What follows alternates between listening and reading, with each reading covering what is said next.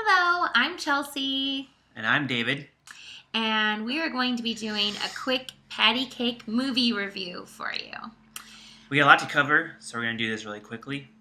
And we're actually going to rate them out of 10 stars, similar to IMDb. Yes, because I rate them on IMDb, and so we're just keeping to the same criteria or format. So, first we're starting out with a show called, it's actually a show, it's not a movie. It's called Comedy Bang Bang. It's on Netflix streaming. And we watched season 1, and it was pretty good, kind of quirky. It's lots of sort of bits with celebrity guests, and Similar to like a combination of like Mr. Show and Portlandia, which I It's really very love. like off-color humor. A lot of actually kind of cool special effects and like segues into different bits. A little bit of improv, I think. A lot of scripted stuff, but it's really funny. Yeah.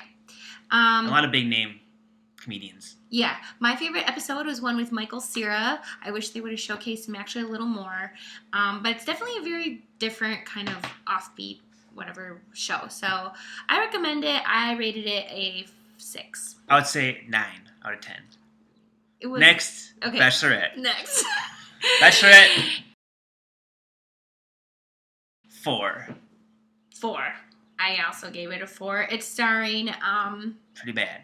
But it's starring who's it? It's like a lot of like Kirsten Dunst, Rebel Wilson. She's Fat Amy from that last one that we saw was so funny. She's like, "Oh, I'm Fat Amy, yo." The music one. The music one.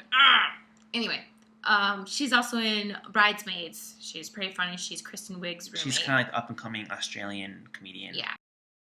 So I think she's Australian. Love her, and I guess because there was so many great stars. Isla Fisher and Lizzie Kaplan, who is in Party Down. Yes, she's Party Down. They're all like good actresses and good comedians, so I guess I sort of had higher hopes for it than the movie was not very funny. Storyline. The storyline was not good. It was more like a mean film. Yeah, there's a lot of mean parts with no redeeming qualities. I don't think. Just kind of mean girls. Yeah, and not really that funny. So we both rated 4. Maybe on. 3. It was pretty bad. Moving on. It wasn't bad. I mean, I would still give it because I like all the actresses. Cheerful Weather for a Wedding. For the wedding. For the wedding. Well, Cheerful Weather. I can't rate this one because I fell asleep about 20 minutes in. He falls asleep for a lot of movies, though. But it's still... Before I did see it, I'll probably give it about a 4 or 5. that makes you... That's not very... I can't give it. But from what I saw, the first 20 minutes deserve about a 4. Okay. Kind of like Bachelorette. It's a period piece, and I really enjoy period pieces. And when I saw the previews for this one, I had really high hopes because it looked fairly funny. The actress in it, the main actress, her name's Felicity Jones. I saw her in Hysteria, and I really liked her. And also, I just automatically watch any period pieces that come across my viewing. But yeah, the story, I guess because I had high hopes for the previews, the storyline ended up being a little disappointing. I still give it props for all the costuming and everything like that. And the props. Takes place in the early 1930s. Gotta get going. Next movie. I gave it a 4. A 4? Whoa. Good score. Next movie, The Hobbit. Dun, dun, dun. That movie's awesome! So we are fans of J.R.R. Tolkien, the Lord of the Rings trilogy. So I thought it was just okay, actually, though. I thought Martin Freeman, the main actor that plays Bilbo Baggins, the young Bilbo Baggins, I thought he did an okay job, and I was kind of disappointed. I love him in The Office and Sherlock, and I thought he did an okay job. I thought he could have, for some reason, been a little funnier or... Well, I mean, he couldn't be slapstick because that's not really the character. No, and not he slapstick, couldn't be too snarky. Maybe I you feel wanted like him to be more snarky. some of the funny parts just kind of fell flat, and I was expecting to laugh out loud, and I didn't. I thought the opposite. But in the theater, I really enjoyed it in the theater, and obviously it's a gorgeous film. And the character, I thought he was great. And when we decided to do a second viewing at home, I liked it even more.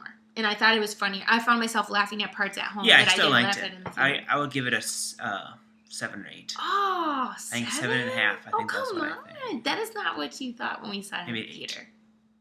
I give it a 9. Moving on. Next, Karenina. I actually really liked this movie.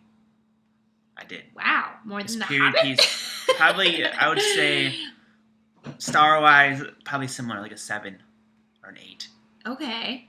I usually don't like the period pieces, Wow. but I actually kind of like Anna Karenina. That's surprising. I really liked it. The costuming is really great. I think it won Academy Award for Best Costuming. And it was also nominated for cinematography. I really enjoyed it because, like what we were talking about, I've seen it as a play. I'm not familiar with it, but And I knew it was a play, and that's as much as I knew about it. there's many versions of this movie. So coming out with a new version, they had to bring something new to the table. And I think they really did. The format is, how do we describe it? It's like makes it look like you're watching a play, but then Yeah, just everything flows. Cut from like a stage, and then you could walk through a door, and then you'd they be were in, like, a in mansion, somebody's house. or you'd be in a huge field. Yeah, and so it would it's cut just back and forth really seamlessly. So it was really nice, and it didn't seem like it was trying too hard to make it be like a fancy film, like a fancy kind of cool film, but it worked. And it didn't take away. It wasn't too distracting to take away from the story.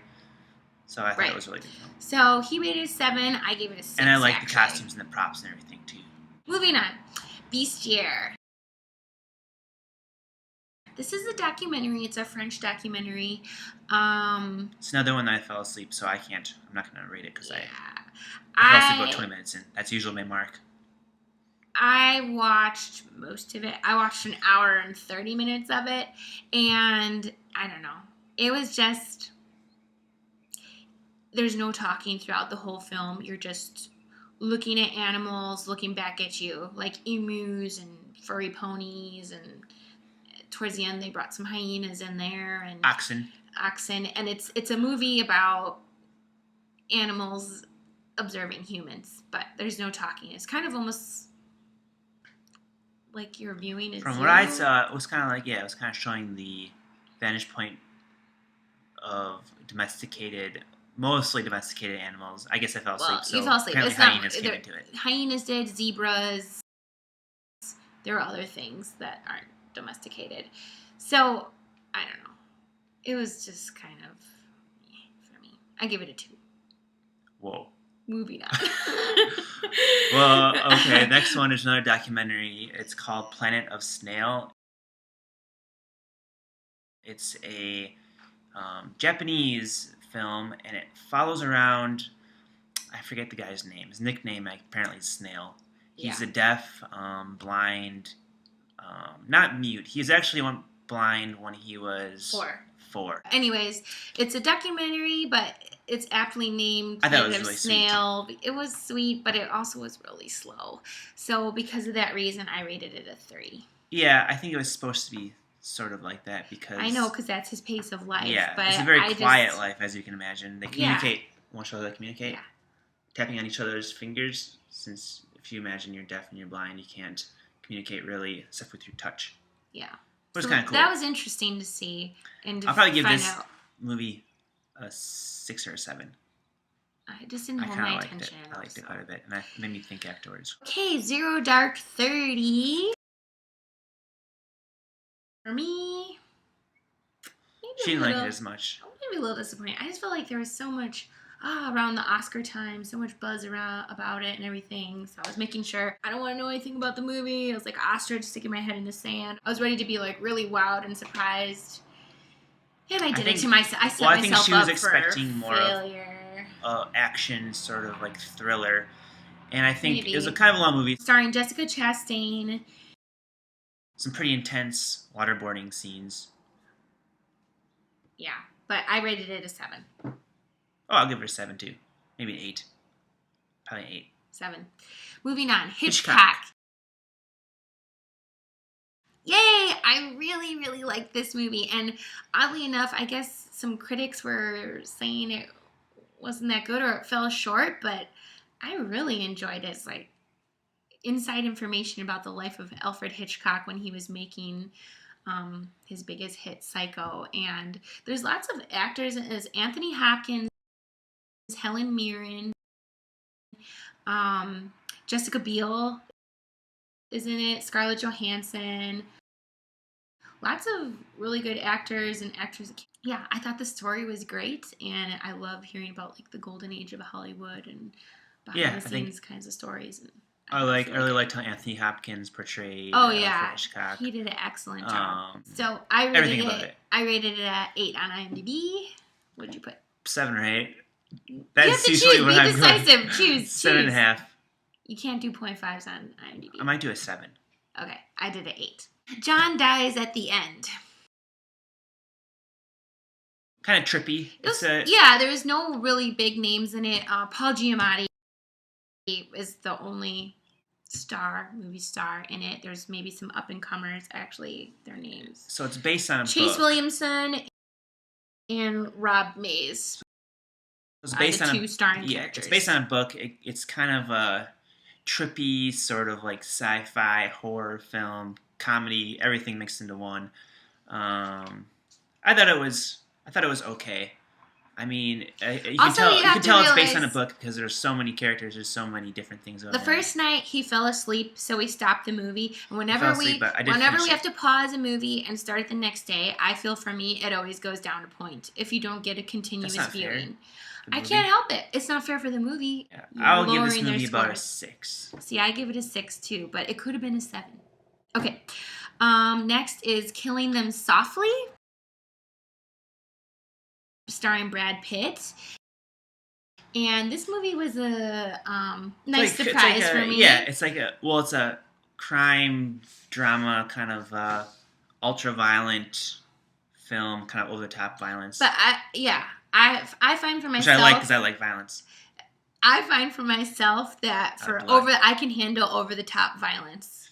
It's like small, little, torturous violence that I can't. We liked it a lot because there's a lot of soprano actors. Yeah, and we just finished. Well, earlier this year we finished watching the whole season of Sopranos. So when James Gandolfini pops up in the scene, we're like, "Yay! It's Tony!" And then a few other gangsters popped up.